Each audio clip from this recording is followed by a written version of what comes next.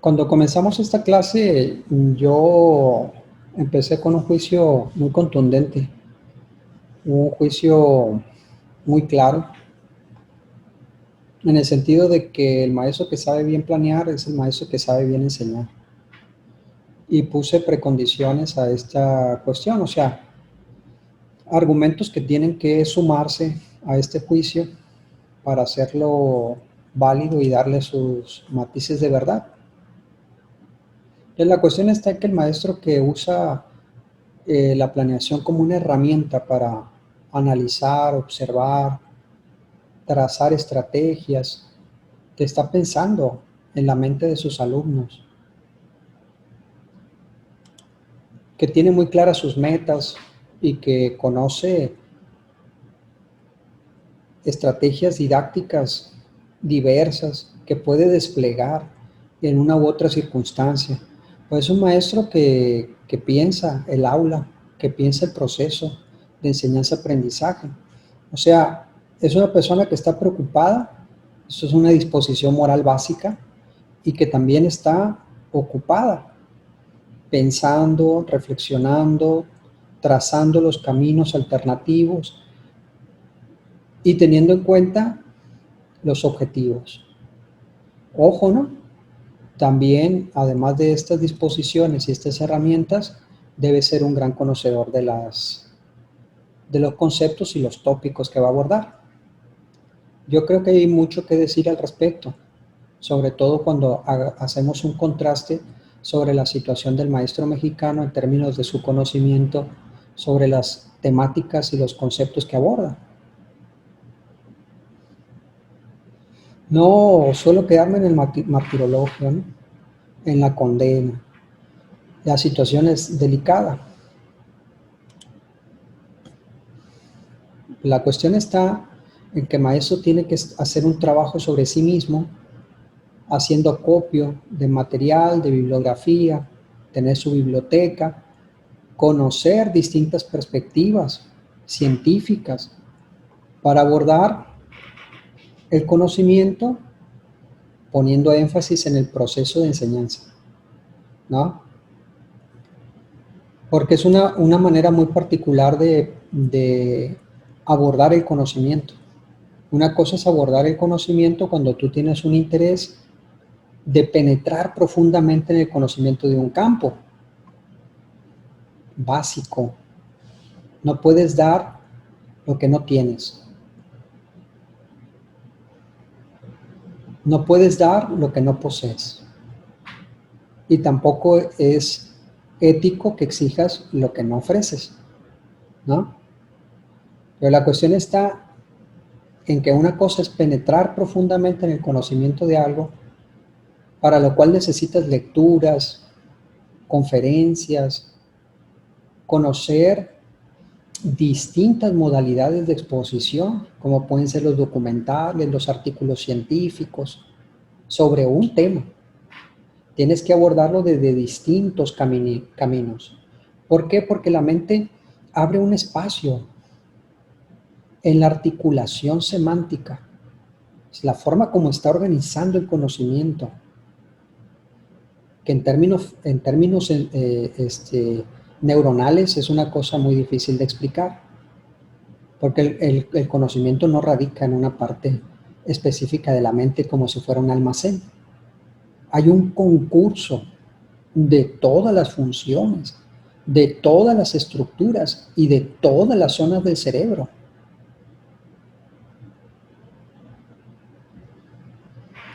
Ojo con esto, no hay un almacén, ¿sí?, con un etiquetado. No es posible hacer una metáfora correcta de cómo se deposita el conocimiento en la mente. Lo cierto es que son narraciones coherentes desde el punto de vista semántico. Entonces hay que irlas organizando de un modo, dotar a la mente de muchos recursos para que la mente vaya organizando de ese modo sutil como ella lo hace, en el tejido neuronal.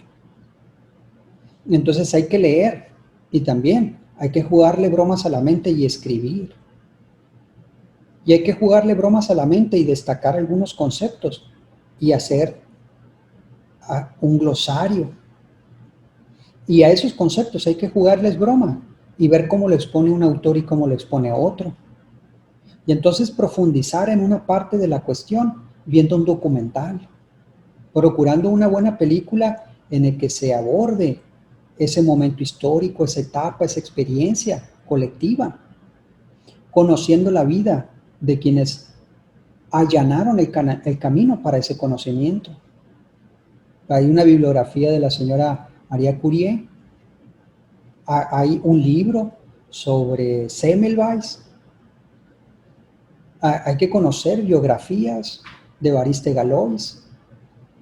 Entonces, darle a la mente muchos recursos para aprender.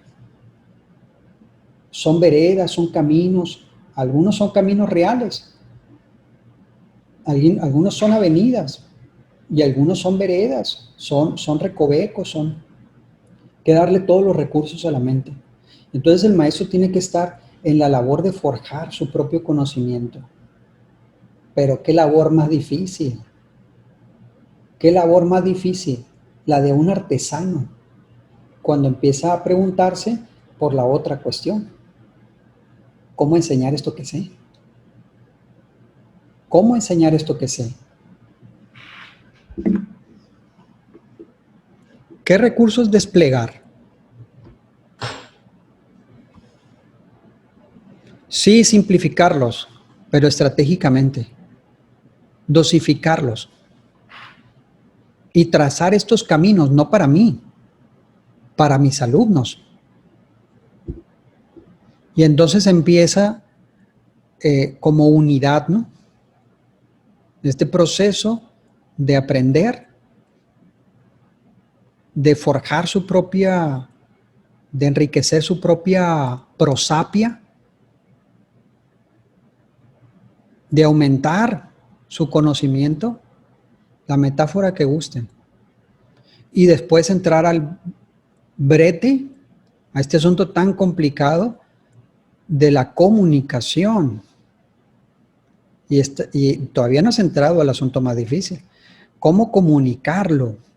Y después, ¿cómo organizar la actividad?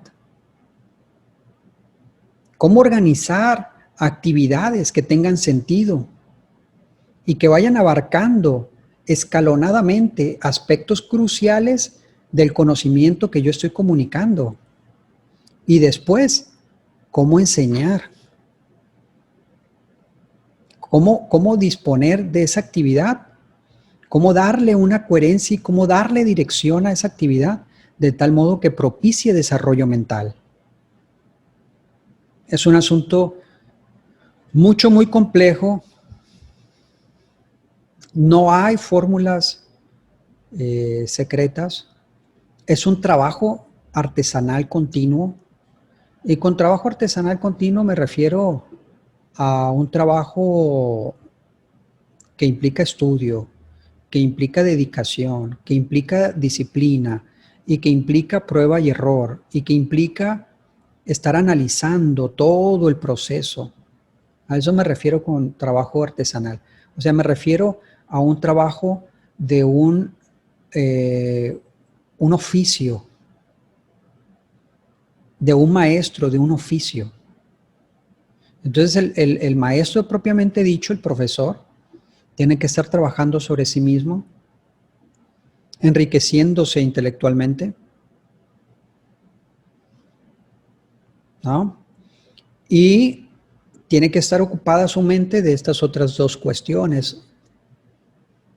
¿Cómo comunicarlo? Y cómo hacer una actividad que me permita, con coherencia, con una dirección, desarrollar la mente de mis alumnos. Y todas estas cuestiones tienen que estar depositadas en la planeación. En la planeación del día lunes, del día martes, del día miércoles, nosotros tenemos la programación y nos quedamos ahí. Y eso es empobrecer las posibilidades que tiene un recurso tan importante, tan rico, de enormes potencialidad que es la planeación. Por eso les decía, ahora sí estoy autorizado a decirlo.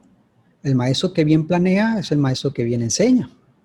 Porque entiende perfectamente bien que además la planeación es susceptible de estar enriqueciéndola, estar cambiándola, estar teniendo una planeación emergente que corrija, haga correcciones in situ en el lugar, en el proceso mismo de enseñanza.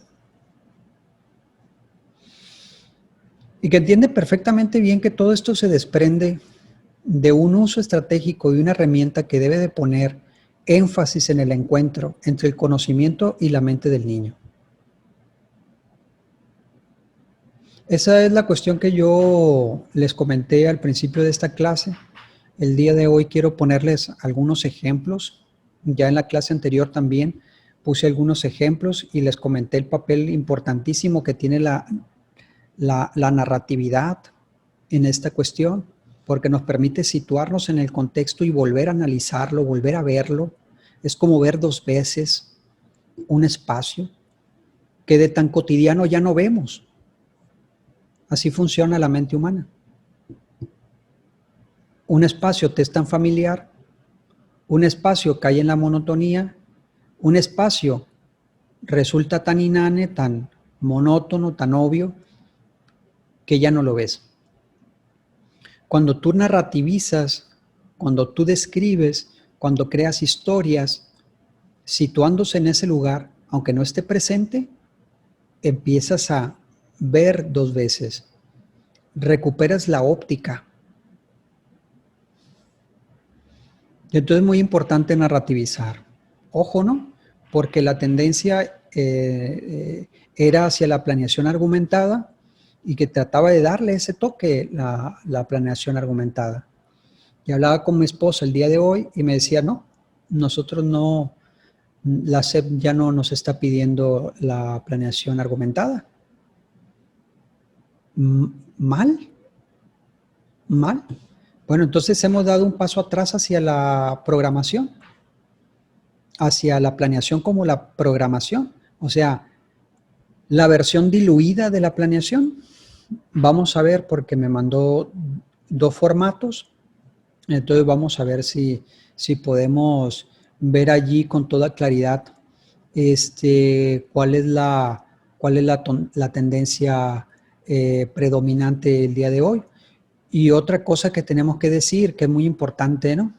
Ojo con lo que les voy a comentar. Es muy importante que nosotros tengamos en cuenta que la planeación es una herramienta para armar. ¿Qué quiero decir con esto? Bueno, que cada centro escolar va a darnos, que cada centro escolar va a darnos a nosotros pues una herramienta diferente. ¿Hay lineamientos a los cuales apegarnos por parte de la SEP? Sí. ¿Hay componentes mínimos que conforman la planeación? Sí. Pero cuando ustedes estén en una escuela particular o en una escuela de la Secretaría de Educación Pública, en reunión con maestros, en la dirección, el secretario académico, en el consejo técnico escolar, se hacen apuntes y cambios que derivan en una planeación específica del centro de trabajo. Ojo, porque cuando eso le digo a los más jóvenes, los que no tienen la experiencia, se quedan sin un lugar donde asir, donde colocar esta cuestión. Entonces no vamos a planear aquí. Entonces no me va a agarrar la mano y me va a enseñar a planear. Vamos a poner ejemplos y vamos a poner los fundamentos, ¿no? Y entonces hay que entender estas dos cuestiones, que la planeación puede ser una herramienta muy poderosa para proyectar la actividad de tus alumnos en el futuro, siempre revisando el currículum, los contenidos como están calendarizados, que es la parte más obvia de la planeación. ¿Por qué? Porque como les digo, los libros de las editoriales nos hacen el favor de poner en las últimas páginas, en el libro del maestro, dan un libro para los alumnos y un libro para el maestro, y en las últimas páginas vienen todas las planeaciones. O sea, si aquí se trata de simular, bendito Dios, tenemos todos los recursos para simular todo el año, porque ahí están las planeaciones. Tú le tomas una fotografía y se la envías a tu director, ¿no? Pero estás haciendo eso, estás simulando. Estás tomándole el pelo a alguien, especialmente a ti. Pero lo importante es tomar esos recursos y ponerlos a la luz de tus propias preocupaciones, de las características particulares que tiene tu grupo. Si no, qué chiste. Ahí está la planeación. No implica ningún tipo de inteligencia. No compromete tu inteligencia. Y ojo, no hay que confundir la viveza con la inteligencia. No hay que confundir la astucia con la inteligencia. Porque hecho, la astucia es todo lo que haces cuando careces de inteligencia. Eso es la astucia. Para que no se note que Natura no te provió, entonces simulas, finges, trazas patrañas.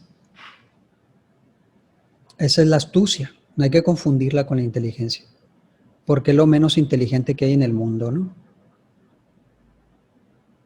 Tú tienes que ver la planeación que te ofrece la editorial y entonces decir, ah, caray, ¿cómo funcionaría esto en mi grupo?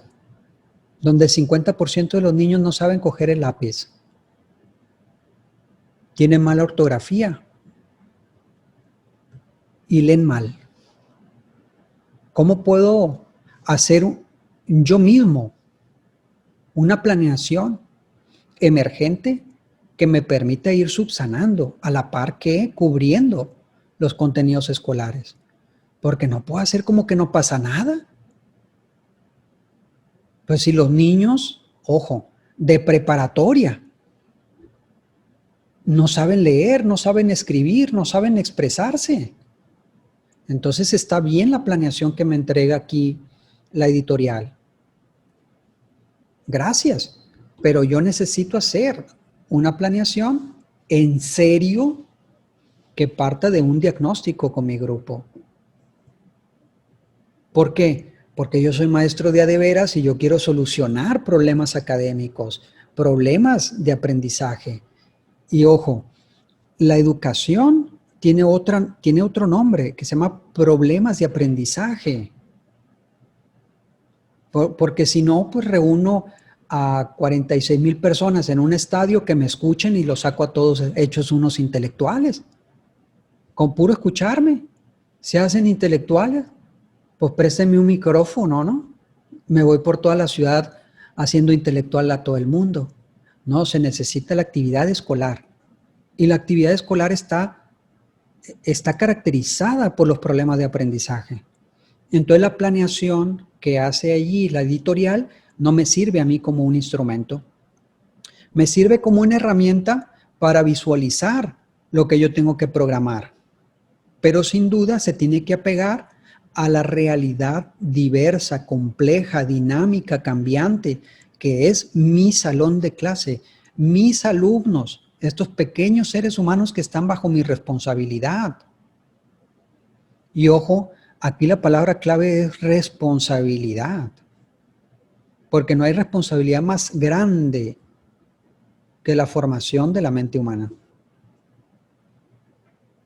Por supuesto, los padres, los progenitores, los tutores, los alientan, los quieren, les dan de beber, comer, vestir, importantísimo. Pero para desarrollarte socialmente necesitas el conocimiento. Para desarrollarte en una sociedad moderna necesitas el conocimiento. Tu mamá te puede abrazar y apapachar el resto de tus días, Pero quien realmente te está cuidando, quien realmente está preocupado por ti, es quien te forma, te forja y te da conocimiento. No pondría en el mismo nivel, son cuestiones básicas y fundamentales, pero ¿qué hecho más radical que alguien te enseñe? ¿Qué hecho más radical que alguien te dé las oportunidades para ser independiente y para trazarte un camino en esta vida cada vez más compleja? Necesitas al profesor y necesitas un montón de profesores y necesitas a los sistemas educativos, que no es lo mismo, ¿eh? El sistema educativo no es un puño de maestros, es algo más complejo. Es, entre otras cosas, una sociedad escolarizada. Es una sociedad donde la gente hable y la gente se escuche y la gente se entienda y la gente escriba y la gente describa la realidad y la gente analice y la gente aborde la realidad para solucionar las cosas. El sistema educativo es también una sociedad escolarizada. Entiéndase, entiéndase claramente. Y cada niño necesita años y un montón de esfuerzo social para el desarrollo de su conciencia. Nada en la vida de una persona cubre más tiempo y necesita más energía que su desarrollo mental. Una quinta parte de toda la energía que consume nuestro cuerpo está dirigida única y exclusivamente a sustentar el cerebro. No puede ser eso algo gratis. Y la sociedad se levanta todos los días, lleva a sus niños a la escuela, es una economía en sí misma. Sola se quedan las calles un día sin clase. Es una economía viva, dinámica, es un motor económico en sí mismo. Y la sociedad gasta un montón de recursos en crear espacios culturales. Y es una preocupación incesante de la sociedad, el desarrollo intelectual de las personas. Y aún así, fíjense, aún así, necesitamos más recursos, necesitamos más espacios, necesitamos más atención para la escuela, porque necesitamos una formación diferente. Necesitamos alumnos que estén inscritos plenamente en la modernidad. Necesitamos alumnos que aprendan idiomas. Necesitamos alumnos que sepan informática, que sepan robótica, que conozcan la física y las matemáticas y que además sepan comunicar sus ideas, sepan expresarse correctamente, que conozcan más y que conozcan de modo más profundo, que sepan periodismo, fotografía, radio, hagan blogs en internet y que además sean sensibles, que sean respetuosos, que amen a su país y que se entreguen a la tarea de hacer de México un mejor país, que sean patriotas, que no entreguen su país a las empresas transnacionales, que entreguen el territorio nacional a manos llenas a cambio de impunidad y que no voten a pícaros, que respeten y que hagan respetar la ley. Entonces necesitamos un mexicano nuevo. Pues sí, necesitamos un mexicano nuevo. Decimos, el mexicano ya no se deja y el mexicano se compromete. El mexicano ya no se deja con nada. El mexicano sabe hacer. Es culto y es responsable. O culpa a los políticos nada más. Necesita saber y necesita hacerse responsable también. Necesitamos un mexicano nuevo.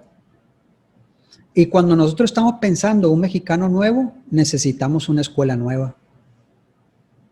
Estamos en una trampa de arena, pues, ¿no? Estamos en una verdadera trampa de arena. Necesitamos un maestro más comprometido Necesitamos una nueva escuela y necesitamos una sociedad que coopere con esa transformación. Por eso decía Enrique Félix Castro, tenemos todo, pero a medias. Ahí está la escuela, pero necesitamos reformarla. Y ojo, volviendo a la cuestión de la planeación, no debe de ganar el paradigma de la programación de los contenidos. Nosotros debemos de hacer de la planeación algo más, un instrumento de análisis y un instrumento de intervención. Ojo con esta cuestión, ¿no? Voy a tratar de compartirles un ejemplo de la planeación.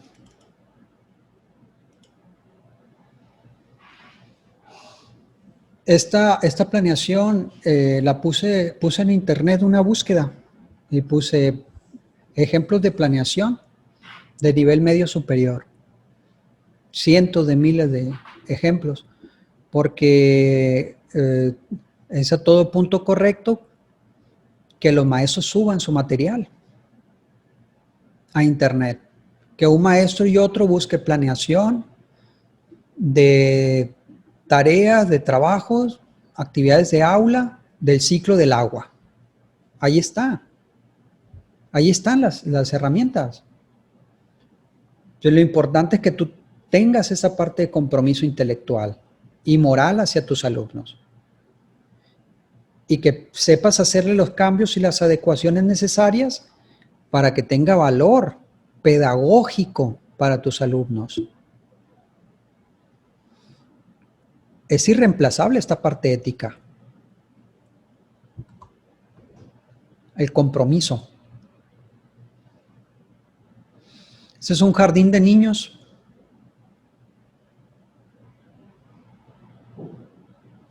O sea, caray, ¿cómo nos bajamos hasta el jardín de niños?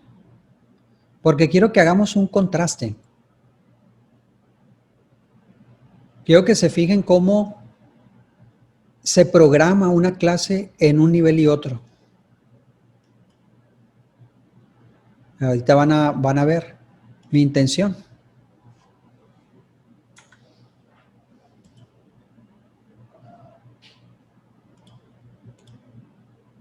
Ojo, ¿no?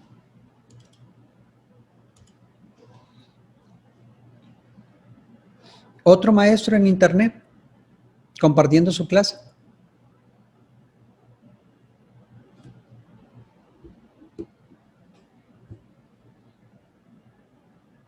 Ahorita vamos a leerlo y ver los componentes, los elementos y las características de una planeación y otra.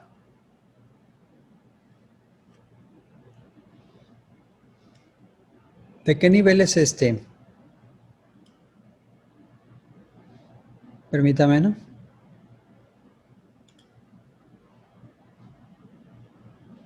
Vuelvo a compartir para ver el nivel.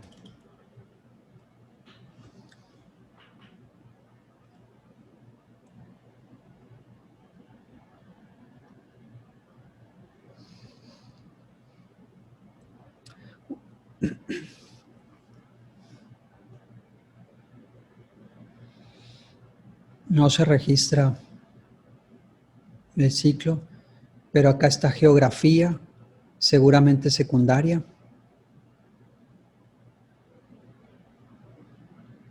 Impresos, dice primaria, primer grado. Ahorita vamos a ver si tenemos la información, ¿no? Ya no es preescolar. Ahorita vamos por la siguiente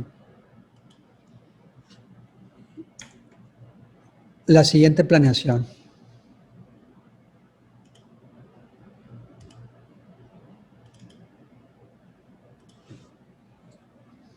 También en internet. Este es del Instituto Politécnico Nacional.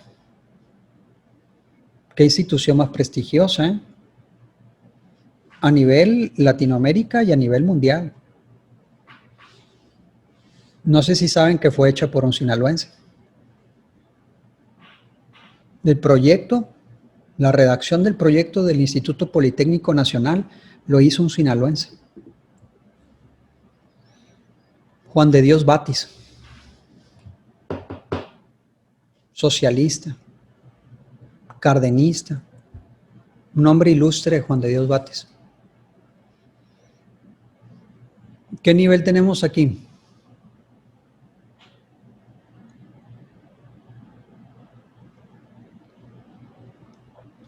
Ahorita vamos a ver los contenidos.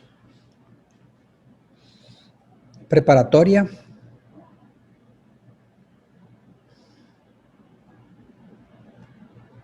Área de formación o carrera humanística. Bueno, ahorita vamos a ver si encontramos otros indicios, ¿no? Ahorita vamos a ver si encontramos otros indicios.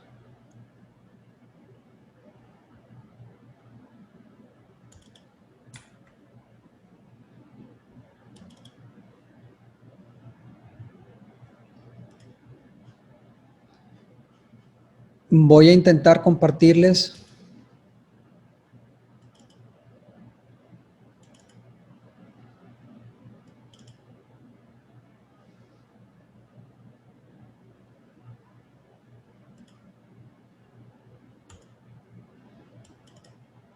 el ejemplo de mi esposa. Es una planeación que, ojo, ¿no? Es interesante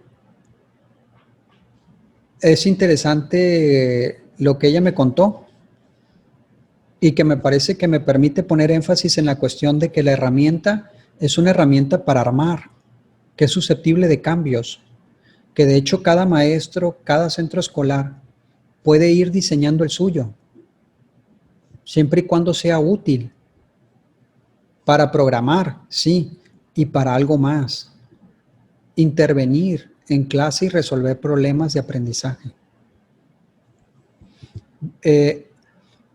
Me dice, estos formatos, yo formo parte de un grupo de Facebook. Me mandaron una invitación porque ven mi perfil y dicen maestra de primaria de segundo año. Y así se llama el grupo. Segundo año de primaria. No te mandan ligas para rezar, ¿no? No. Te mandan materiales y formato de planeación. Formatos de planeación sobre los distintos tópicos, o sea, ¿en qué tópico, en qué tema vamos en este momento?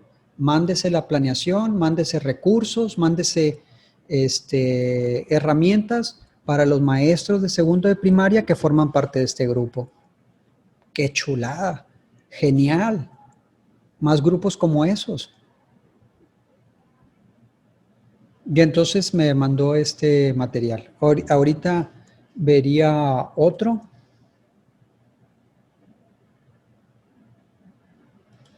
En fin, vamos a ver ahorita, ¿no?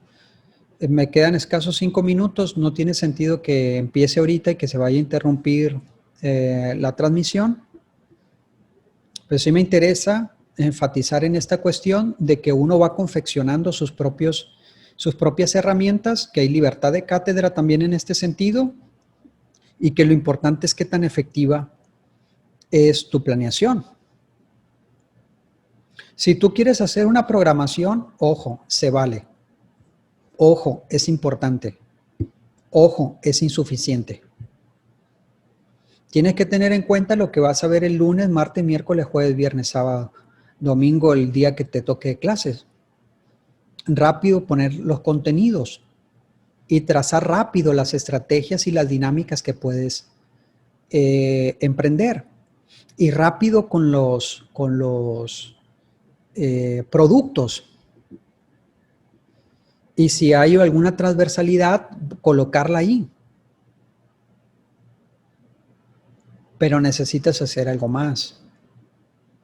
Necesitas esta reflexión que les comento. Y esta reflexión está en la planeación argumentada, pero me dice mi mujer, ha tendido a perderse este elemento. Mal. Nosotros tenemos que hacer una herramienta que nos permita introducirnos más plenamente en los problemas de nuestra aula. Y ojo, yo les recomiendo profundamente, profundamente, que hagan un diario. Que sea un diario intelectual. Hay grandes pensadores que han tenido sus diarios, ¿no?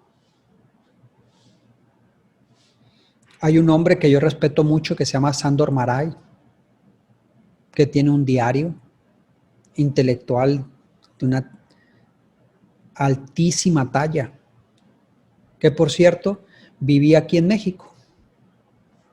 O sea, él vivía en Estados Unidos y pasaba cotidianamente a México. Estaba maravillado de México. Hubo un tiempo en el que México fue destino de muchos intelectuales, muchos artistas, fotógrafos, cineastas, grandes escritores, porque fue considerado un país maravilloso. ¿En qué sentido? Pues es un país mágico, lleno de contrastes, con imágenes verdaderamente surrealistas. Era un referente, un destino de artistas que le dio fama a nuestro país, ¿no? Yo pienso que es una fama que perdura. No sé si sigue siendo destino de intelectuales y artistas. Ahí está el diario de Sándor Márai, un gran escritor, si no me equivoco, húngaro.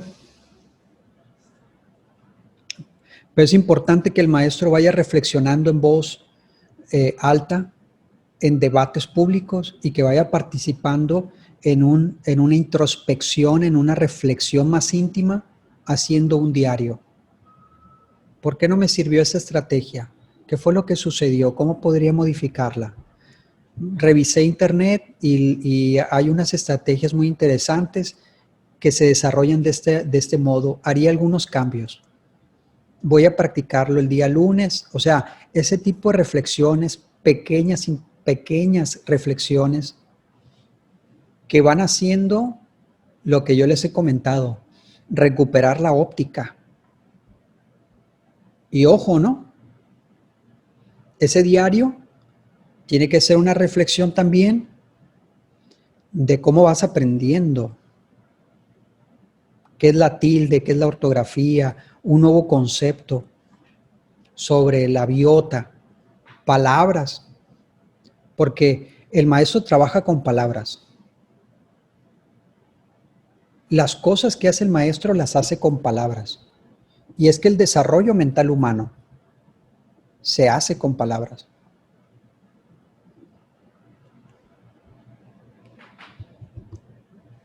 Ojo con esta cuestión. Entonces el maestro tiene que... El trabajo del maestro es un trabajo con el lenguaje. Lo que pasa es que es un lenguaje orientado al desarrollo intelectual. Es un lenguaje volcado hacia el propio lenguaje. Tiene muchas características de metalenguaje, ¿no?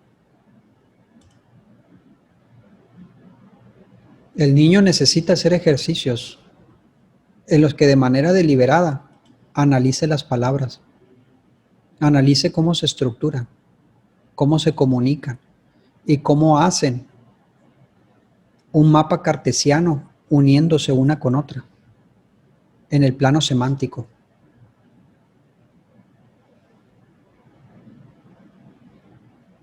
Entonces, la planeación es un instrumento muy importante en ese sentido, ¿no?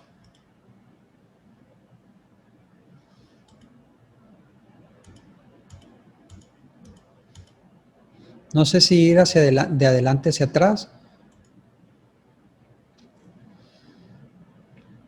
En el asunto este de las planeaciones.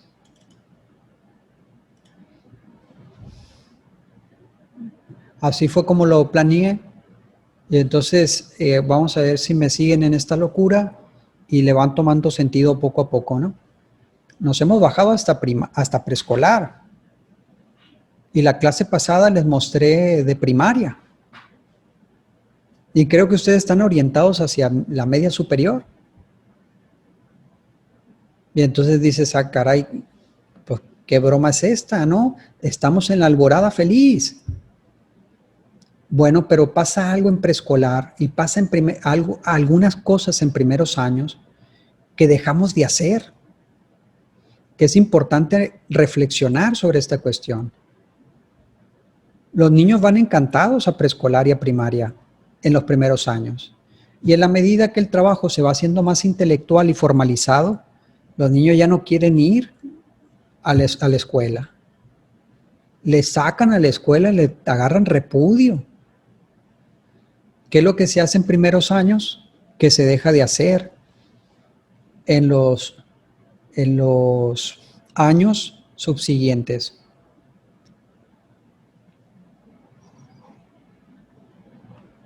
Bien, aquí está un componente que no se puede reemplazar, son los aprendizajes esperados. Nosotros tenemos que tener muy claro cuáles son los aprendizajes esperados, no confundirlos con los, permítame, admito algunos compañeros.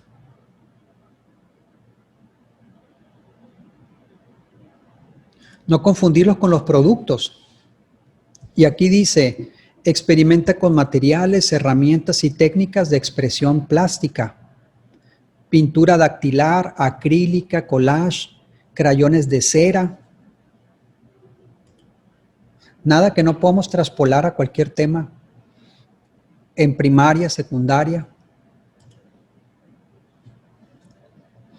Trabajar con collage, trabajar con colores, emplear un poco su expresión artística, sus cualidades artísticas. Dice, selecciona materiales, herramientas y técnicas que prefiere cuando va a crear una obra. Tiene la libertad de obtener en el locker o en la mesa de trabajo los materiales que quiera para hacer su trabajo, una manualidad. Crea mediante el dibujo, la pintura, el grabado. ¿Sí? El niño va a usar sus manos y va a preparar sus materiales y tiene a su disposición plastilina, colores, acuarelas. ¿Cuál es el tema? Situación didáctica. ¿Saben pintar? ¿Les gusta pintar? Cuando se hacen preguntas en las planeaciones, creo que vamos por buen camino, ¿no? Porque la maestra imagina que esa pregunta está orientada no hacia ella, no hacia nosotros que estamos aquí entrometiéndonos, fisgoneando en las planeaciones de otros, sino que está orientada a sus niños, al alumno hipotético. Y está narrativizando. Ojo, porque la pregunta tiene un alto valor en ese sentido. Nos permite situarnos en el escenario escolar y nos induce a imaginar cómo responden esas preguntas. ¿Les gusta pintar? ¿Saben qué son los grabados? ¿Han visto alguno? Y entonces te imaginas una riqueza, ¿no?, de participación, los gritos, los comentarios de los niños, las historias que cuentan. Es importante la pregunta y es importante que tú te sitúes en tu salón e imagines cómo se va a ir desarrollando. Fíjense la libertad, la riqueza de estímulos que tiene esto y solamente hemos leído unas cuantas partes, pero nos imaginamos a los niños y nos situamos con un poco de imaginación en esa situación. Dice, explicar qué son los grabados y cómo funciona. Presentar los materiales a utilizar que van a ocupar. Explicar cómo se utilizan. Dar indicaciones de cómo trabajar. Presentar un ejemplo para guiarlos. Esto no es puro juego y chacoteo. Es un trabajo muy difícil, el de los primeros años. Yo veo un grupo con una maestra trabajando en los niños las primeras letras y me voy para atrás, me asusta. Es todo un reto enseñar a leer y escribir. Y a estos niños, enseñándoles la pintura, el grabado, el arte, enseñándoles cómo explotar su creatividad para alcanzar unas metas que nos parecen sencillas, pero desde la perspectiva de los chiquitines no es sencilla. Presentar un ejemplo para guiarlos. Fíjense cómo en medio hay una claridad en torno a las estrategias, los materiales, las metas. No pierdan de vista eso. Fíjense cómo se expone y también fíjense cómo se estructura. Cómo se le va dando un cuerpo a la actividad.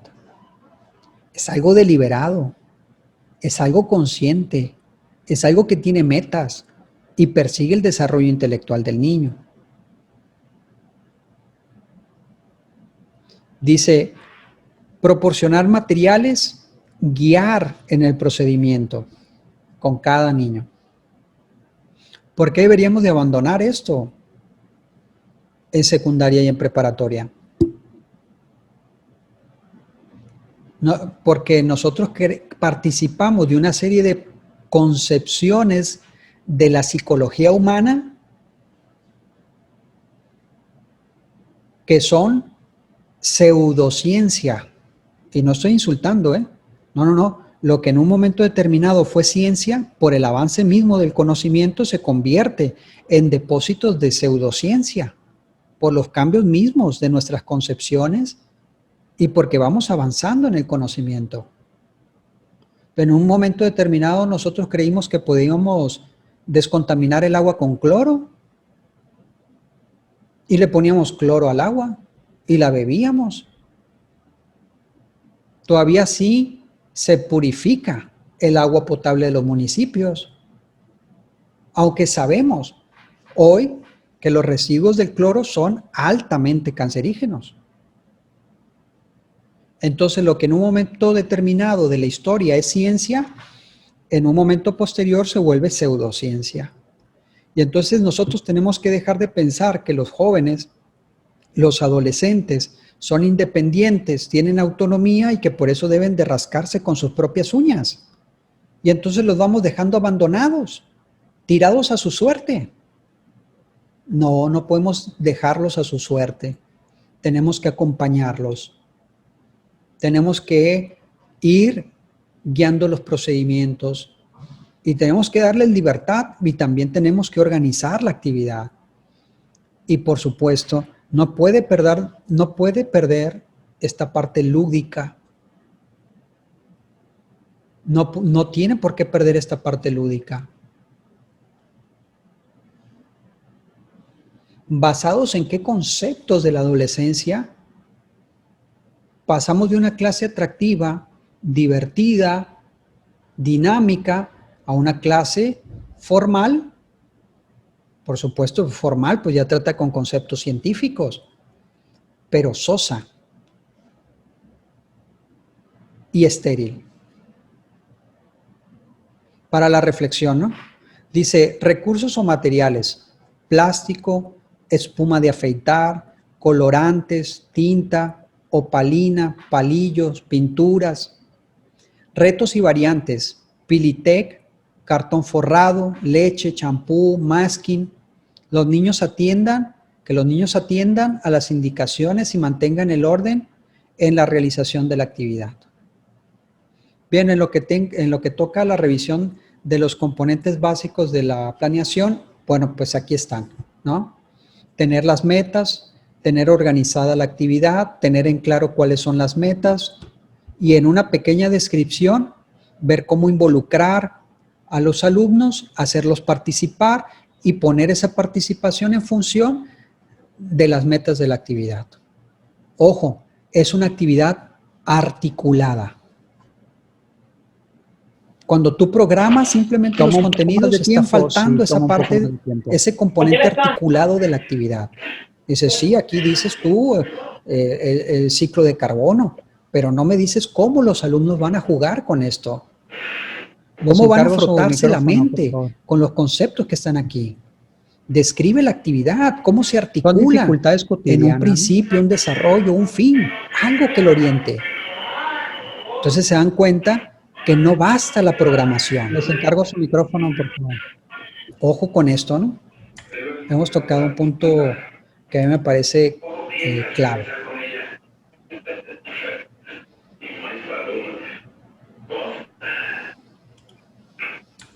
Permítanme.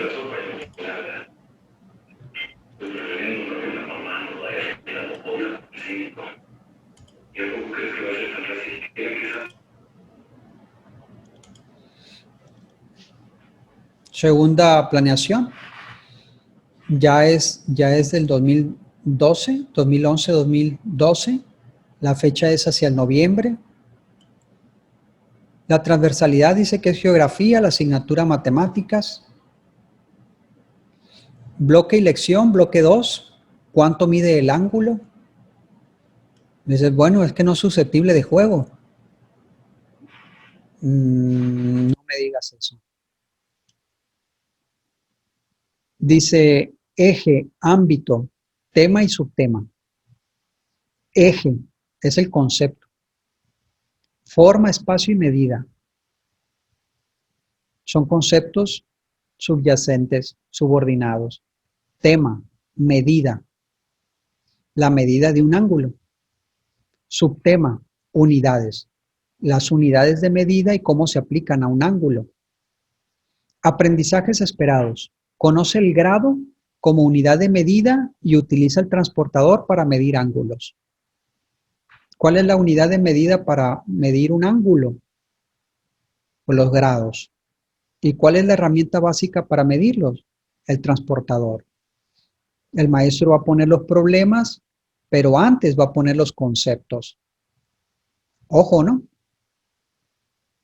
Eso podría ponerlo el maestro aquí.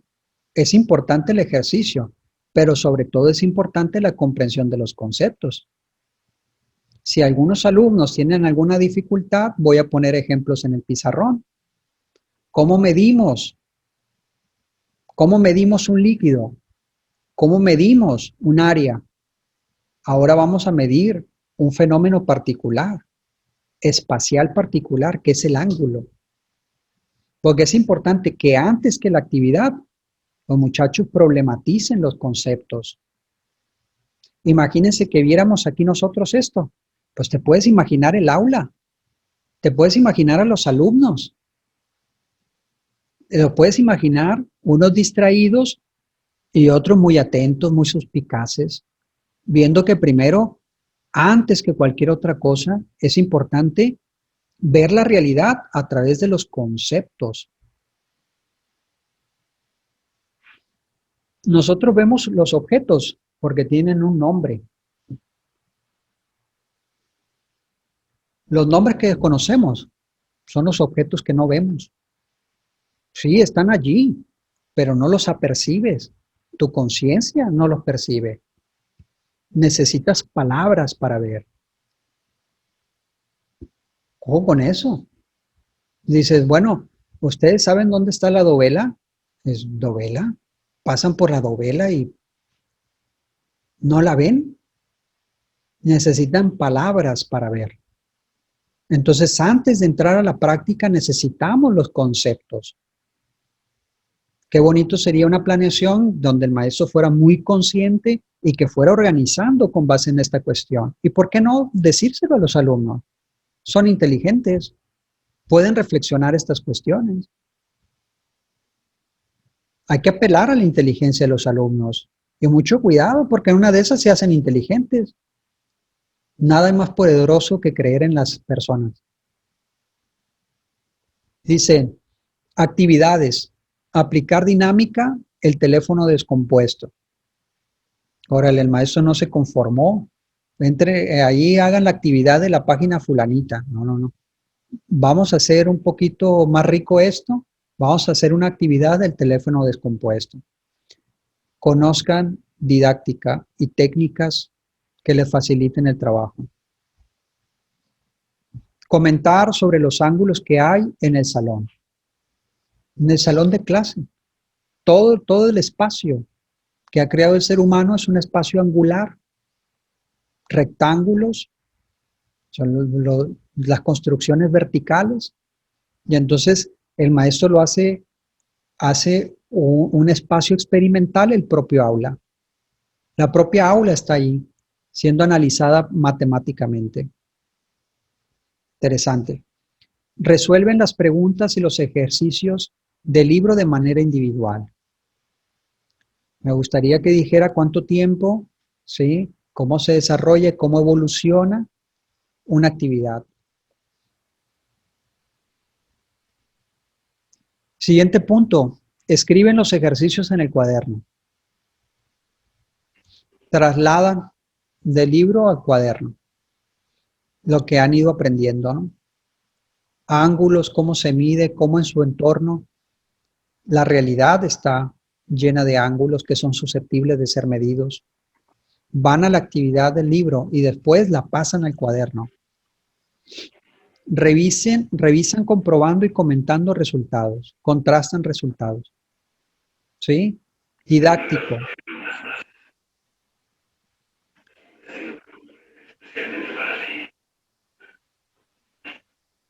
Tira didáctica, transportador, regla, compás, pizarrón, marcador.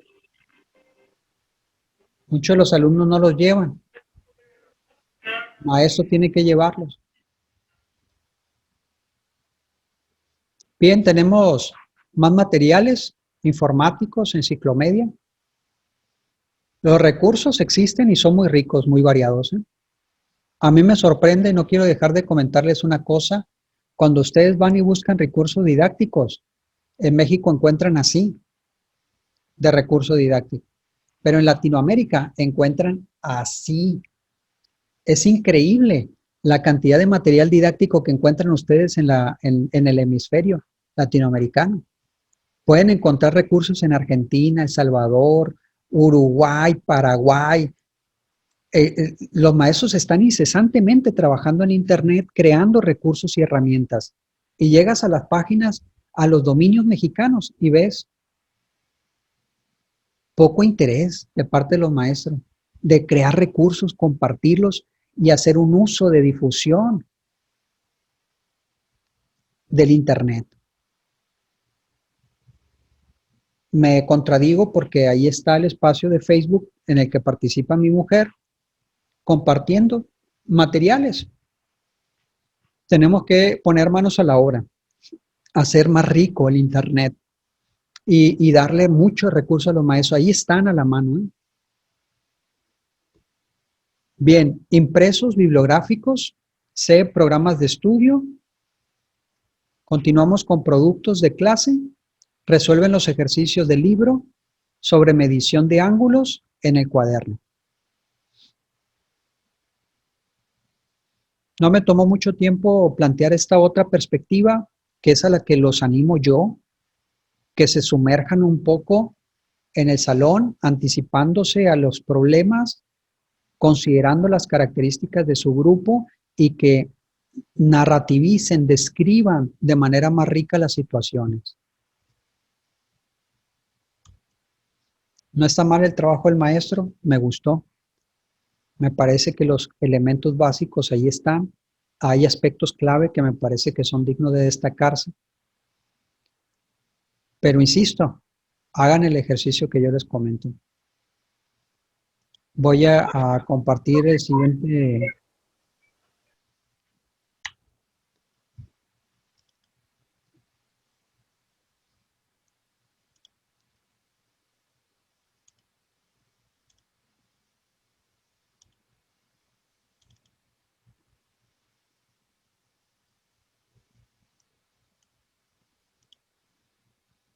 Del IPN,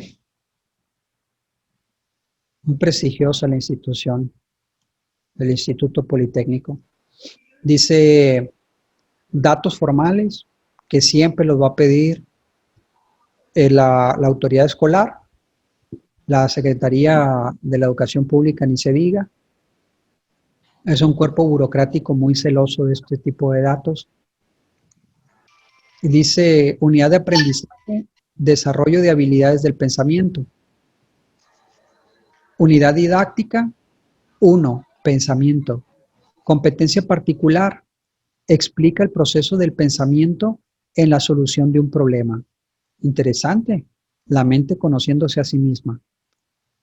Identifica el proceso del pensamiento y su utilidad para representar e interpretar la realidad.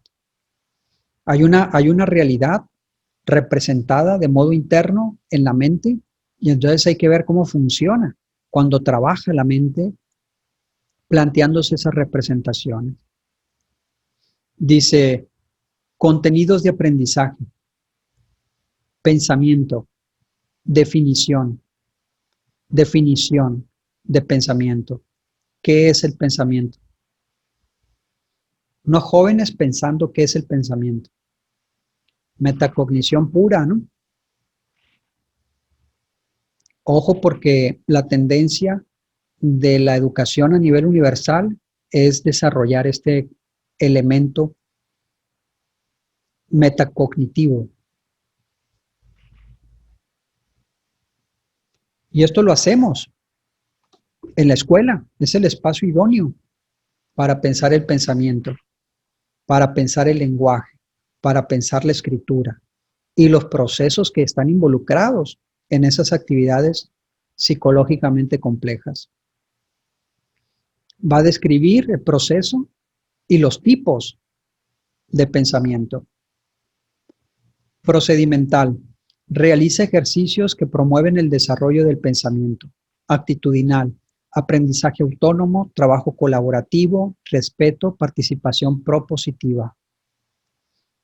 Te das cuenta que va a haber una parte individual y que va a haber una parte grupal, que hay un trabajo de introspección y que hay un trabajo de colaborativo que implica escuchar a otros, ver cómo sus ideas enriquecen la cuestión, cuestionarlas, criticarlas, enriquecerlas. Esto pudiera plantearse aquí, ¿no? Actividades de enseñanza en el aula. Presenta el encuadre del curso y aclara dudas al respecto de la forma, del trabajo, ¿no? Realiza preguntas detonadoras para activar conocimientos previos. Plantea lineamientos de elaboración de mapa conceptual. Maestro muy formal, un maestro muy racional, que va avanzando paso a paso, ¿sí?, en la tarea. Enfatiza el maestro el proceso de pensamiento en la resolución de ejercicios. Guía una autoevaluación. Otros ambientes. Coordina la consulta de otras fuentes complementarias. Solicita el desarrollo de la investigación del proyecto. El maestro deja una tarea que es de investigación, los muchachos llevan sus pesquisas y el maestro está monitoreando cómo van en los momentos distintos de esa labor. Indica fuentes bibliográficas, las recomienda y medios electrónicos a consultar. El tema es el pensamiento y cómo el pensamiento se despliega en un ejercicio, en una tarea. En el aula, actividades de aprendizaje. El alumno conoce la forma de trabajo y evaluación de la UA y PA. Elabora en equipo un mapa conceptual acerca del tema de pensamiento, estructura. Construye grupalmente el concepto de pensamiento. Resuelve ejercicios sencillos que promueven el pensamiento del alumno. No sabemos cuáles son estos, ¿eh? Compara los ejercicios resueltos por pares, triadas o equipos, reflexionando acerca de la forma en que lo realizó y sus aprendizajes. Ojo, ¿qué aprendí? ¿Cómo lo aprendí? Y cómo me sentí. Ojo, porque esta actividad nosotros ya la vimos para el caso de primaria. Una de las maestras decía dos maestras decían que se pone un modelo que tiene todos los componentes de la evaluación correctos y que los niños van contrastando su trabajo y van cubriendo los vacíos, corrigiendo, haciendo un autoanálisis, una autocrítica, una autoevaluación. Aquí está otra vez la estrategia para otro nivel educativo. Dice, otros ambientes. Investiga en diversas fuentes documentales y páginas web la definición y proceso del pensamiento. Ejercicio interesante que busca detonar la metacognición. Si tú conoces el pensamiento, los tipos de pensamiento y cómo actúan, vas a tener mejores habilidades, más competencia y capacidad para ponerlo en función de metas y de tareas específicas. ¿Cómo se organiza el pensamiento? ¿Cuál es su forma? ¿Cómo se dispone al trabajo intelectual? Entonces empiezas a conocer los propios internos de tu mente, los procesos que sustentan tu mente. Instrumentos para evaluar evidencias de aprendizaje formativa. Lista de cotejos. Evaluar mapa conceptual. Lista de cotejo de los ejercicios realizados en clase. Material didáctico complementario al programa de estudios. Presentación de PowerPoint sobre diferentes tipos de mapas. Ejercicios de pensamiento. Bibliografía sugerida. Direcciones electrónicas sugeridas. Como una especie de donde están todos los recursos que fueron empleando los alumnos para que estén en las manos de todos. ¿De acuerdo? Muy formal, muy racional. Falta este otro componente narrativo que les comento, que nos permitiría entender un poco más al grupo. Me parece que nos ofrece una riqueza que no hay que abandonar, de la cual no debemos de privarnos. Ojo, necesitamos que el grupo viva un poquito en la planeación y que nosotros tengamos en cuenta las dificultades y los planes emergentes para trabajar con este sinónimo terco, persistente de la educación, que es los problemas de aprendizaje. Aquí parece que todo va a pasar aritméticamente con una ecuación muy limpia de A a B. ¿Sí? A más B igual a C. Y es correcto, el maestro tiene un control, el maestro tiene un conocimiento y entonces ha programado su clase. Y como tiene horas de vuelo, tiene una competencia enorme, entonces el maestro poco a poco va ahí corrigiendo in situ las dificultades que tiene. No les recomiendo hacer eso, ¿no? Yo creo que el maestro tiene que planear de manera muy vasta, de manera muy pormenorizada, narrativizando y situándose en el salón y también considerando la realidad de su grupo. Quería que vieran la evolución de esta forma más lúdica, más situada, más narrativizada, creo que ya son conceptos que les son más familiares por los ejemplos, a esta otra dimensión más formal, más racional, más esquemática en el buen sentido, más sinóptica en el buen sentido. ¿Cómo podríamos hacer una comunicación que se nutran estas dos visiones? Me parece que sí se pueden. Y yo creo que daría muy buenos resultados en términos académicos y en términos pedagógicos, que no es lo mismo. No es lo mismo, ¿no? Nosotros tenemos que ser muy ambiciosos y tenemos que juntar estos dos paradigmas, estas dos visiones, formal y este otro elemento más lúdico, ¿sí? Más rico en sensaciones, para experimentar, para estar allí en el aula, vernos en la planeación, interactuando con nuestros alumnos. Ojo, ¿no? Se ven muchos recursos. Se ven recursos, se ven estrategias, pero no muchas, ¿no? No muchas. No hay que saturar el aula, no hay que saturar la sesión de estrategias y estrategias y estrategias, como si eso vaya a ser la carta que nos va a asegurar que los niños van a aprender. Pero hay que conocer estrategias y usarlas exactamente como lo que son. ¿De acuerdo? siempre mirando el desarrollo intelectual del niño y ojo, para ir solventando, para ir subsanando las dificultades que tiene.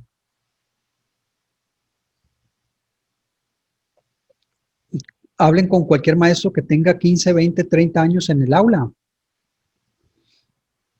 y les dicen que si ven ahora a los niños con más problemas, estoy en doble contra sencillo que le dicen que sí. Yo veo ese nivel de dificultad mayor, handicaps, síndromes en los niños. Y curioso, pues lo veo más en los niños que en las niñas. ¿Por qué? Ya lo comenté en otro momento de clase, mis hipótesis.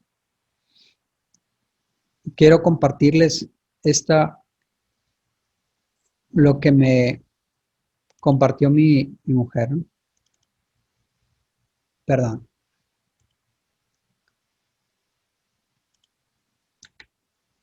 Voy a escogerlo.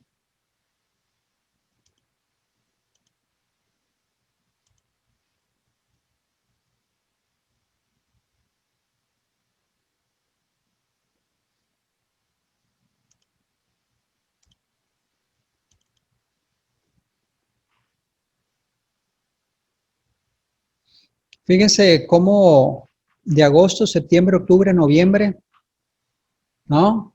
Los tópicos de los valores tan importantes hoy en día en la arena escolar. Agosto vamos a trabajar la responsabilidad. Fíjense cómo las planeaciones de más largo aliento, ¿no? A esta planeación le faltan todos, son propósitos, es un calendario, es el extremo, ¿no? De la programación, que es una herramienta. Dice agosto, responsabilidad. El maestro puede poner otra cosa, ¿eh? Aquí hay varios maestros. Pueden decir agosto, ecosistemas, septiembre, calentamiento global, octubre y los tópicos que gusten. Porque el maestro va anticipando, el maestro va trabajando sobre el futuro. Pero esto es una programación. Dice actividades, frase a trabajar. La responsabilidad es un regalo que te das a ti mismo, no una obligación. La responsabilidad.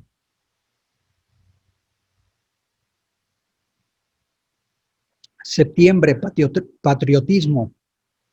Conocimiento e importancia de los símbolos patrios.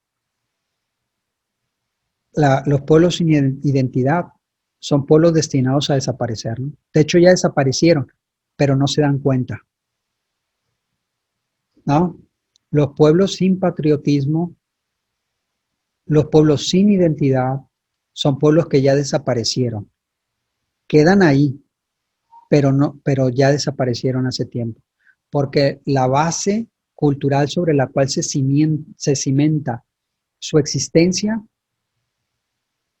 se ha destruido como un hueso descalcificado. Conocer los héroes nacionales. Ojo con los revisionistas, historiadores de Facebook, ¿no? Que dicen la revolución no importa. Porfirio Díaz era un ancianito muy bueno, ¿no? Y la independencia de México, la independencia no existe. No, espérame. Esas frases vistas de manera burda, desde un purismo absurdo, ¿sí? Hay que negarse a eso, ¿no? Los procesos históricos son complejos, como están vivos, tienen regresiones, pero no hay que demeritar el esfuerzo de una sociedad por constituirse, consolidarse, crear sus instituciones y darle una visión de futuro a su propia nación. Y entonces la imagen del héroe es válida, desde el punto de vista histórico y desde el punto de vista de la identidad. Son asuntos muy delicados, ¿sí? Que muchas veces ponen como en un pseudo debate las derechas ya entregadas completamente al extranjero. Como desprecian a los pobres, desprecian a su país y ya se entregan completamente al exterior. Entreguistas, sin dignidad. Y entonces empiezan un poquito que, no, que Zapata era esto o aquello. Ah, no. La imagen de los héroes es válida desde el punto de vista histórico y desde el punto de vista de la identidad de los pueblos. Entonces hay que reivindicar su esfuerzo, ¿no? Aparte, México ha dado frases y ha dado luchas de una enorme relevancia para la humanidad. Decir que la tierra es de quien la trabaja tiene una relevancia y una validez universal enorme para los pueblos de todo el mundo. Y México es fuente de expresiones y de luchas de orden universal. La primera revolución social en México. ¿Qué luchaba el revolucionario mexicano? Educación, salud, derechos laborales y la tenencia de la tierra. Son principios universales propios de la dignidad y los derechos humanos más básicos, ¿no? Y eran indios analfabetas, ¿eh?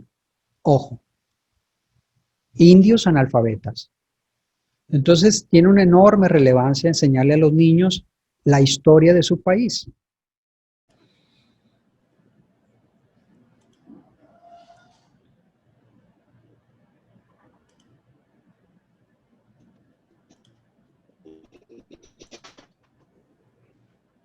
Vamos a ver.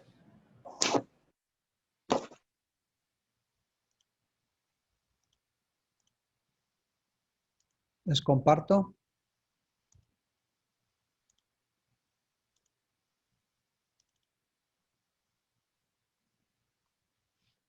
Es fundamental para la unidad de los pueblos y su supervivencia, su continuidad en el tiempo, esta parte, ¿no?, de la identidad nacional. No es un juego de niños, ¿no?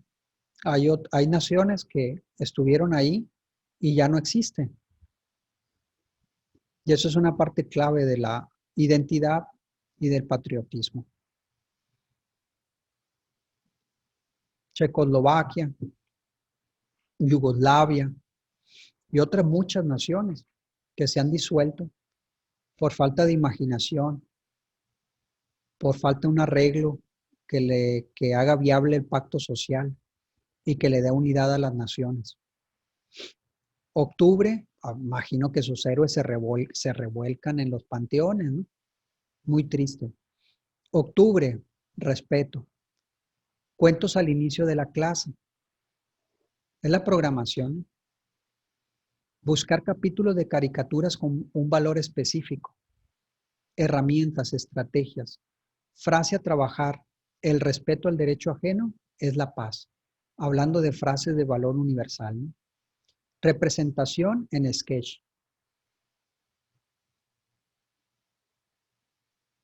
Ojo, porque la diplomacia mexicana es universalmente reconocida y respetada, ¿no? Noviembre, empatía. Tan importante que es la empatía, tan bella que es. Frase a trabajar.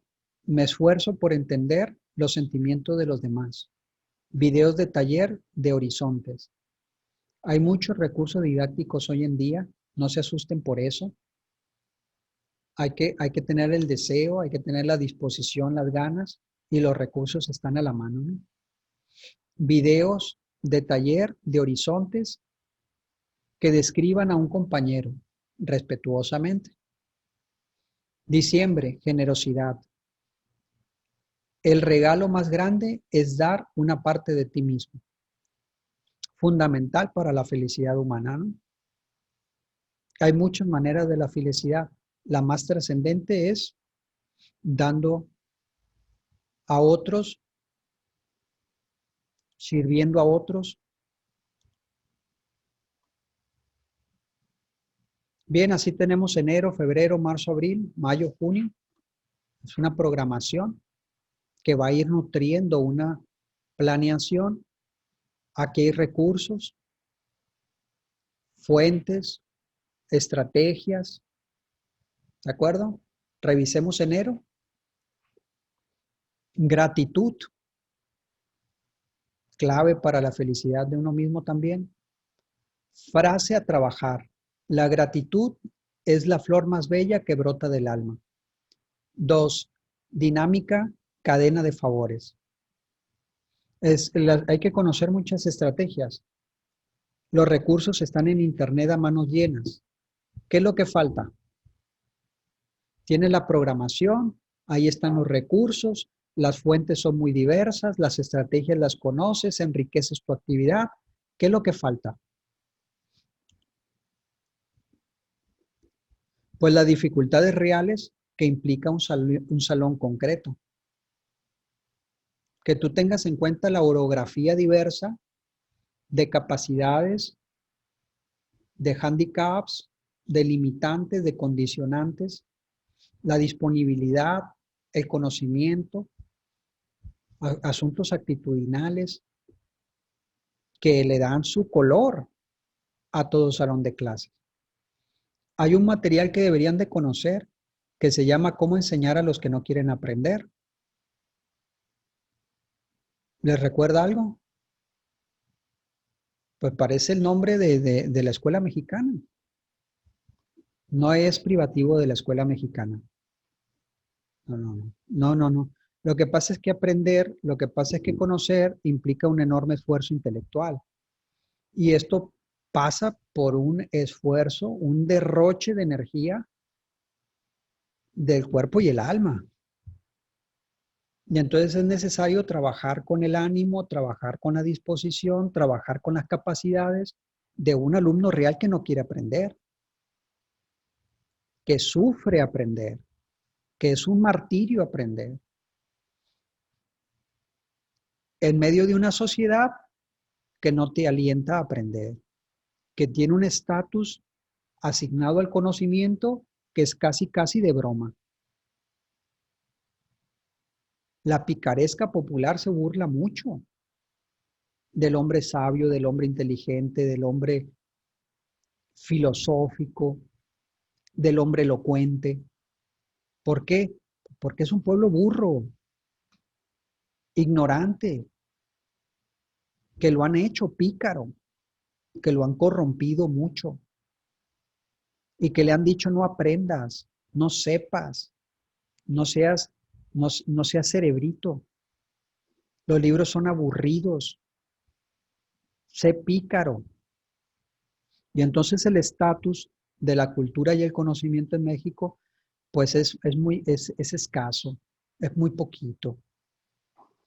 Y el asiento de los productos de la escuela, ¿dónde van a ir a parar? Culturalmente hemos demeritado mucho el conocimiento. Conozcan esos trabajos. Pongan allí en internet cómo enseñar a los que no quieren aprender.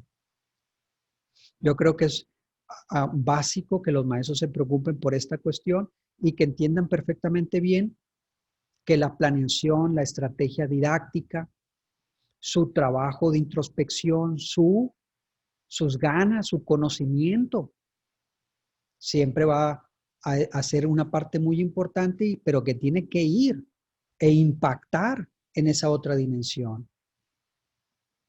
De un niño que va en representación de una sociedad desescolarizada a clase, que no tiene ánimo, que no quiere aprender. Y entonces lo que él forma parte de la planeación. Pues si no, la planeación, ¿qué es? Una tomadura de pelo. El maestro tiene que poner cómo animar, cómo entusiasmar, cómo invitar, cómo provocar a los alumnos.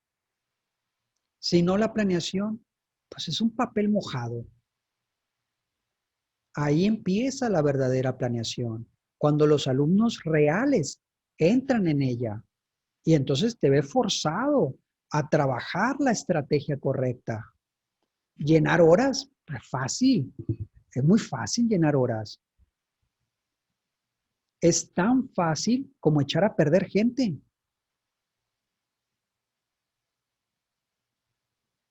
De los maestros barcos hacen un arte de la flojera. Dicen, dicto, les digo, vayan a la página, para entonces ya vamos a estar en recreo. Y después repetimos y les pongo multiplicaciones y ya dan el toque de salida. Entonces su programación es una programación que evade, es una programación que simula. Lo que le hace falta a una verdadera planeación es que el maestro tenga un verdadero compromiso y que estratégicamente aborde un problema que es el problema del aprendizaje, del desánimo o de auténticos obstáculos intelectuales que tiene el alumno. Ojo, ahí empieza verdaderamente la planeación, ¿no? Quería que vieran este último para que tuvieran el extremo el ejemplo de una programación que vaya sustentando una planeación, que tuvieran el ejemplo de una planeación muy formal, muy racional en los años escolares más elevados, secundaria y preparatoria, cómo se va adelgazando esta parte. Ojo, ¿cómo lo voy a decir? Porque lo digo sin mucho rigor, esta parte más simpática, más empática, más humana, más cálida, en la que consideras la actividad y consideras al alumno. Y también que tuvieran el ejemplo de una planeación de preescolar. ¿De acuerdo? Y que nosotros entendiéramos que una planeación se hace con todos estos componentes cuando los unes y creas una herramienta que te permite detonar el desarrollo intelectual de tus alumnos. Todo esto ustedes lo pueden revisar nuevamente en la clase. Yo sé que podríamos poner más ejemplos. Yo sé que podríamos tener más ejemplos de planeación, pero ahí están los componentes básicos de una planeación. Sobre todo si ustedes entienden, ponen atención y dicen qué diferente es una planeación de otra, porque cada centro y cada maestro va creando su propio instrumento. Si ustedes toman todos estos planteamientos y hacen uno, con el diagnóstico, la entrevista con los padres, el conocimiento del contexto socioeconómico de sus alumnos, y empiezan a trazar estrategias en torno a el escribir, el leer bien, y empiezan a buscar estrategias cuando empiezan a registrar dificultades específicas de sus alumnos en el avance temático, que es, yo creo que para un maestro comprometido duele mucho. Para un maestro que realmente es humano y es sensible hacia las dificultades de sus alumnos, sufre mucho cuando se da cuenta que va avanzando el calendario y que el calendario es frío y dice, va la suma, va la resta, va la multiplicación, va la división, va, y entonces el maestro se da cuenta de las dificultades que tienen sus alumnos, porque tienen aspectos básicos no cubiertos para avanzar, y entonces la planeación no puede ser la programación. ¿De acuerdo? Hay que ser muy sensibles en esto, y entonces tener una planeación muy robusta, llena de recursos, y una biblioteca en casa. Y estar observando a otros maestros. No sé si se vale fracasar hoy. Yo creo que el contexto es muy difícil, que la educación no pasa por su mejor momento, que un contexto de violencia condiciona mucho los resultados de la educación, un contexto de grandes dificultades, de desigualdades, de tanta pobreza, en medio de una pandemia, condiciona los resultados de la educación. Pero acá estamos hablando de una inclinación ética del profesor. Mejorar, cambiar, crecer, ser mejor. ¿Cuántos maestros en nómina? ¿Cuántos maestros en el sindicato? ¿Cuántos profesores? Creo que son muchos, ¿no? Que están preocupados realmente por esta cuestión. ¿Cómo ser mejor? ¿Cómo comunicar? ¿Cómo conocer más? ¿Cómo acercarme más a mis alumnos? Porque si no fuéramos la mayoría de los profesores, pues este país se cae. Una parte medular, la médula espinal de este país, pues son sus instituciones y un lugar muy especial es la educación. Cuando el país se estaba formando, había grandes preocupaciones de orden existencial. La deuda. Este país nació endeudado. ¿Cómo cubrir la deuda? Y nos invadían, nos amenazaban, tomaban los puertos de altura del país, secuestraban las cuentas del país.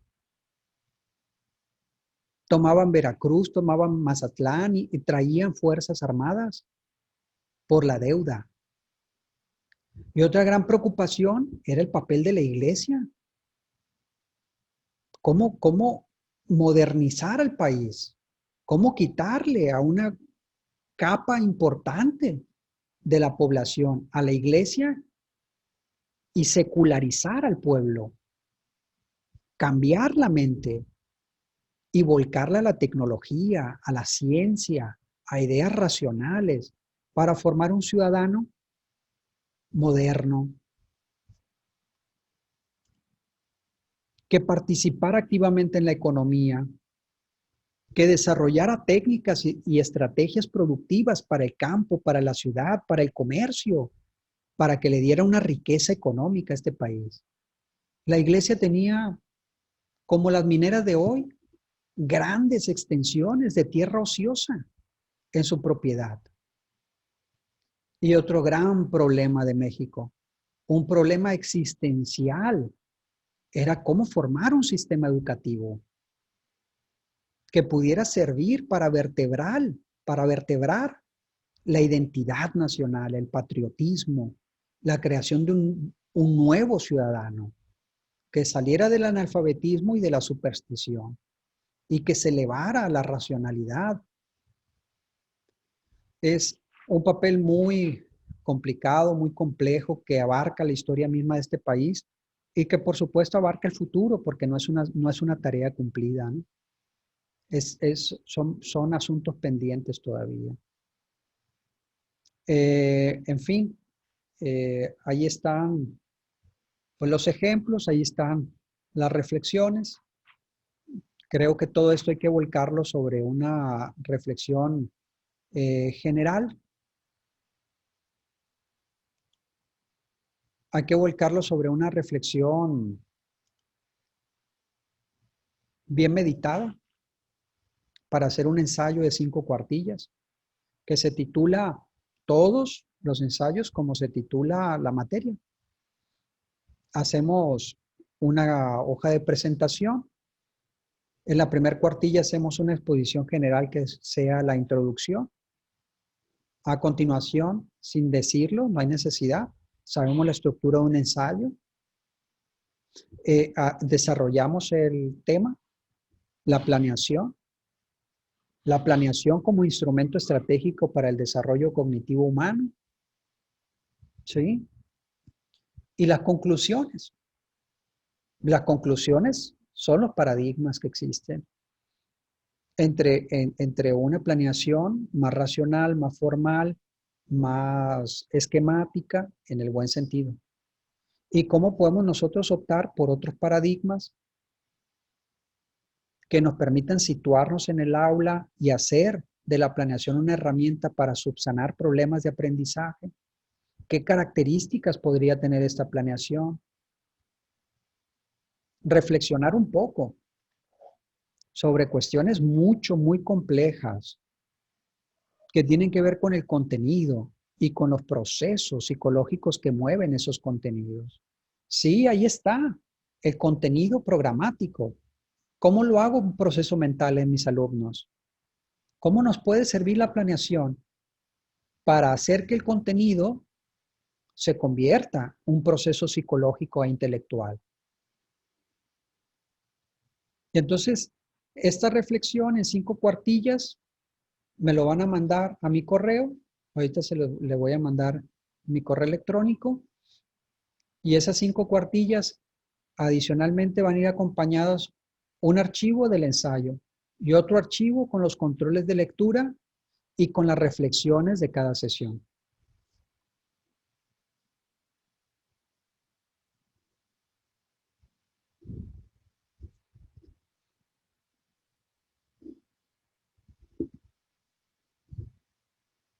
Que sea una reflexión auténtica, honesta. Por supuesto que sea un ensayo original. No puede haber un ensayo de esta naturaleza en internet. No copien, es deshonesto. Inmediatamente me doy cuenta cuando ha sido copiado un trabajo. Los leo todos, de principio a fin. Me gusta mucho leerlos. Me gusta mucho un trabajo artesanal, que sea una reflexión personal, que vaya clase por clase recuperando los aspectos más importantes y que lleguen a conclusiones honestas. ¿De acuerdo? Yo sé que este trabajo se tiene que entregar una semana después. Para el día sábado siguiente, ustedes pueden entregarlo. ¿De acuerdo? ¿A qué hora? En el último minuto del día, yo voy a estar aquí pendiente para no los entreguen antes, porque se me traspapelan con muchos archivos que me llegan a mi correo y es muy difícil después recuperarlos. Todos el día sábado. Asunto, ensayo, nombre de la materia. ¿De acuerdo? Y eso sería todo. Me restaría darle las gracias, decirles que ha sido un placer. Se lo digo honestamente, ha sido un gusto estar con ustedes, tener la oportunidad de compartir mis ideas. Yo al momento de exponerlas les voy dando forma, de tal manera que mis ideas son mías, pero también son suyas, ¿no? El conocimiento es algo público, además el conocimiento no es algo depositado aquí, sino que es un proceso, es un diálogo. Entonces ustedes me dan la oportunidad de darle forma a ideas, pues que han venido, ¿no? Como parte de una discusión familiar, una discusión atenta con los colegas, los maestros de la facultad, por supuesto, siempre con el aliento, ¿no?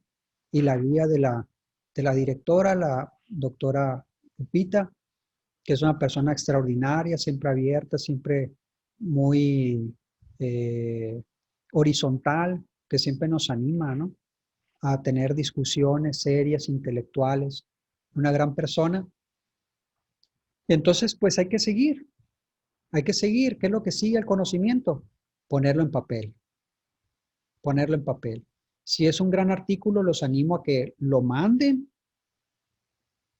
que hagan la redacción, que hagan la corrección, que le hagan un sustento con citas y que quede un escrito de calidad de publicación, que lo manden a alguna revista en la universidad y entonces digan, aquí hay una reflexión, hay una propuesta seria basada en un debate.